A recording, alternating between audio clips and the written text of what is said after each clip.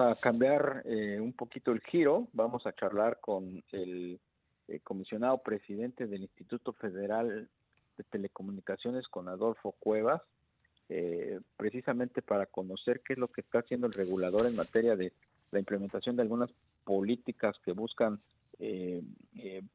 hacerle frente a esta emergencia por la pandemia del coronavirus. ¿Cómo estás, Adolfo? Muy buenas tardes.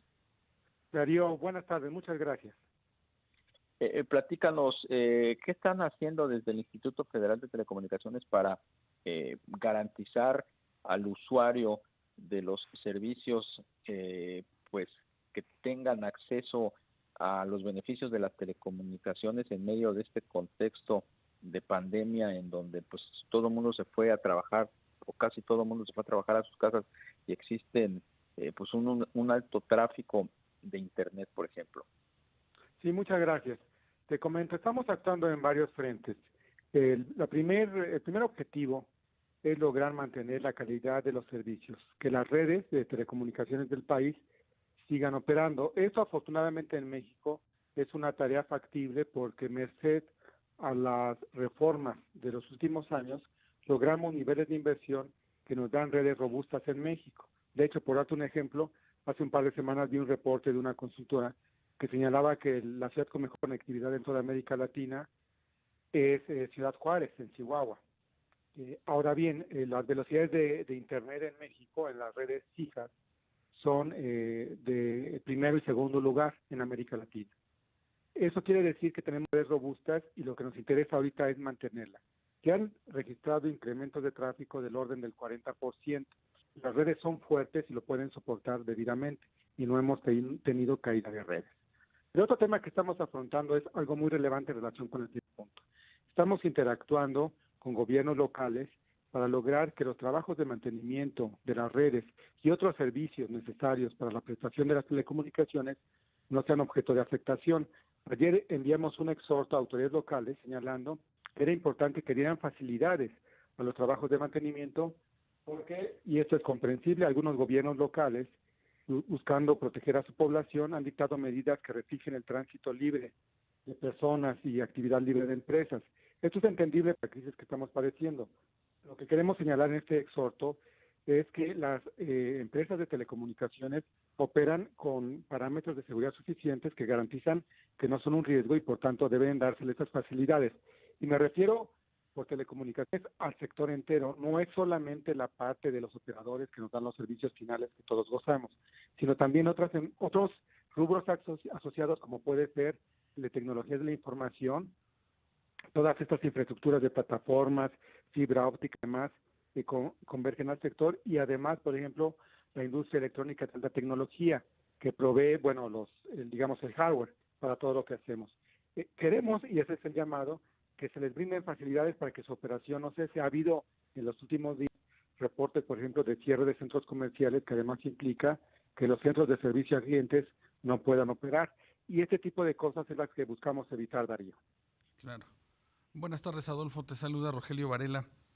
Un gusto, Rogelio. Ante la caída de la economía en estos momentos, pues muchas familias están sufriendo de falta de liquidez, falta de ingresos. ¿Qué tan factible sería pues eliminar este impuesto especial a las telecomunicaciones, pues precisamente para brindar un poco de ayuda económica a estas familias?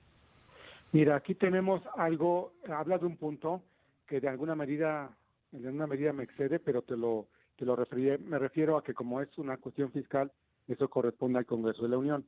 Pero te doy un punto de vista. Tenemos que lograr un equilibrio entre la necesidad de recaudación que el gobierno tiene, pero por otro lado también la crisis temporal que sufren familias, individuos, empresas de todos tamaños por la misma crisis. Y esto sugiere sí la conveniencia de que se revisen apoyos. Este impuesto, si bien representa una recaudación, también significa a fin de cuentas una merma por cuestión de oferta y demanda, de elasticidad de demanda, una merma de consumo. Entonces, de cualquier forma, el que pudiese haber más uso de las redes a través de una disminución del impuesto que mencionas, abriría a una mayor recaudación por otras vías, que son el IVA, el ISR, etcétera. Entonces, no es un asunto de suma cero, es un asunto de ganar, donde tienen que lograrse los equilibrios apropiados.